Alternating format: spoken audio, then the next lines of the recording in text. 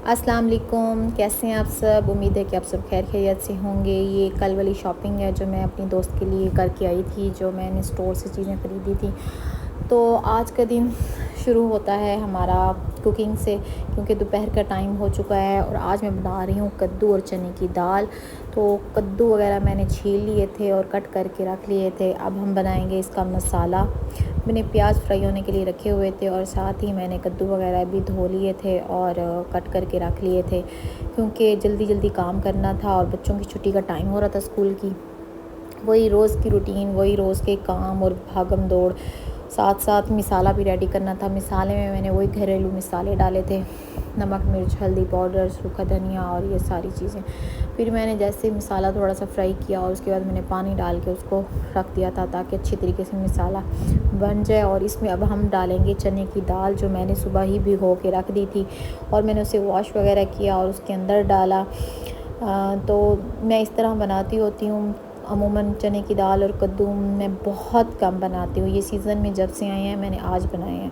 तो बच्चे अक्सर नखरे करते हैं कद्दू हों, तूरी हों, टिंडे हों, इनसे।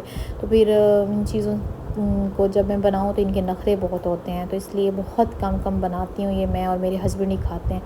फिर मैंने चने की दाल डाली, उसे अच्छी तरह फ्राई किया। फिर मैंने इसके अंदर ना पानी डाल के ना इसे मैंने ना 1 से 2 मिनट के लिए प्रेशर दे दिया था, क्योंकि चने की दाल थोड़ी सी सख्त लग रही थी, कद्दू नरम थे।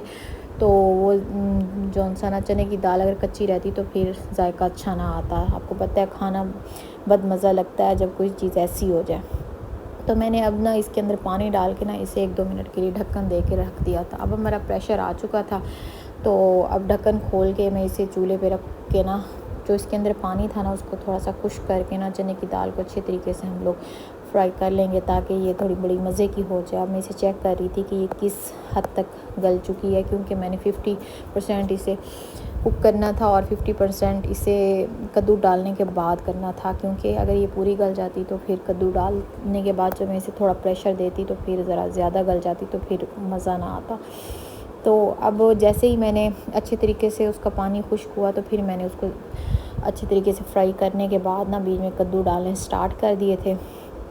तो इसको 1 से 2 मिनट के लिए चम्मच हिलाएंगे कद्दू डालने के बाद। तो फिर उसके बाद मैंने सोचा, टाइम काफ़ी ज़्यादा हो चुका था, तो मैंने सोचा कद्दू को प्रेशर देना ही ज़्यादा बेहतर है, क्योंकि उससे ज़रा खाना भी जल्दी बन जाता है और टाइम से पक भी जाता है और बाकी भी साथ साथ काम हो जाते हैं। तो कद्दू सेहत के लिए बहुत अच्छा है। और ये आजकल के बच्चे जो हमारे जंक फूड पे पल रहे हैं, वो समझते हैं कि बर्गर पिज़्ज़े ये चीज़ें बड़ी मज़े की हैं। कद्दू तूरी टिंडे ये सब फजूल होते हैं, इनका टेस्ट अच्छा नहीं होता। ये हमारे बच्चे भी कहते हैं और इर्द गिर्द के और बच्चों की भी हम बातें सुनते हैं।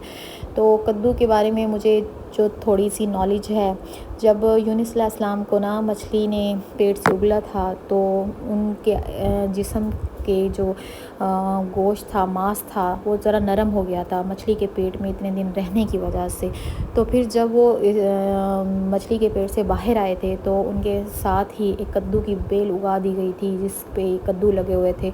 तो उनको हुक्म आया कि आप ये कद्दू खाएं, इसकी कद्दू खाने से आपकी सेहत अच्छी होगी और आपके जिस्म के अंदर जो कमज़ोरी है, जो आपके जिस्म का जो मांस है नरम हो चुका है, ये बिल्कुल फिर पहले की तरह तरोताज़ा और जवान हो जाएगा। तो उन्होंने उस दौरान उस कैफ़ियत के दौरान जब वो मछली के पेट से बाहर निकले थे, तो इन्होंने ये कद्दू ही खाए थे। जो मैंने इसके बारे में सुना है, तो ये कद्दू वाक़ई ये बहुत ही कमाल की सब्ज़ी है।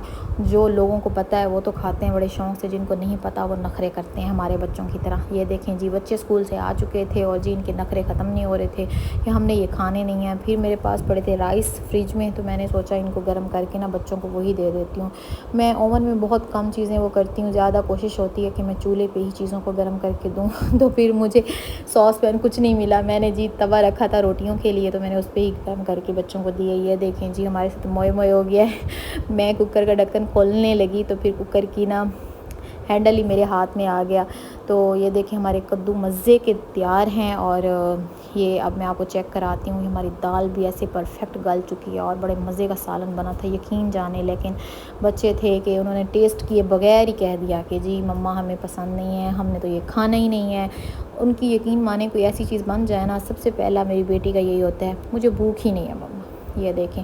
और जब मैंने इस पे हरा धनिया और ये सारा डाला ना, यकीन करें उसका टेस्ट ही आला किस्म का हो गया था और बड़े मज़े के बने थे। जिस आज घर में सिर्फ मैंने और मेरे हस्बैंड ने ही ज़्यादा खाए थे और बच्चों ने तो बिल्कुल ही चखे ही नहीं थे, तो बड़े नखरे कर के खा रहे थे। ये देखें, मैंने आज सूट की कटिंग वगैरह कर ली है, तो इंशाअल्लाह कल स्टिच करूँगी। जो मैं आपको उस दिन बता रही थी कि मैंने स्टिचिंग करनी है, यकीन करें कि दिन ऐसे गुजरता है पता ही नहीं चलता, लेकिन बड़ी मुश्किल से ये टाइम भी मैंने कटिंग का निकाला है। बच्चों के साथ, घर के साथ बड़ी मुश्किल हो जाती है। और अब शाम का टाइम है, मैं रोटियां बना रही थी और बच्चों को भूख भी लगी हुई थी, लेकिन फिर वही बात थी उनकी कि हमने इसके साथ, लेकिन मैं भी तो इनकी माँ ही थी। मैंने कहा नहीं, खाने हैं तो आपने कद्दू ही खाने हैं, मैंने आप लोगों को कोई चीज़ भी बाहर से नहीं मंगा के देनी, ना ही मैं आपके अब नखरे उठाऊँगी, क्योंकि हम अगर अपने बच्चों को नहीं समझाएंगे तो कौन समझाएगा। तो बड़ी मुश्किल से उन्हें मैंने ये खिलाए थे। आज के लिए इतना ही, इंशाल्लाह अगले ब्लॉग में फिर मुलाकात।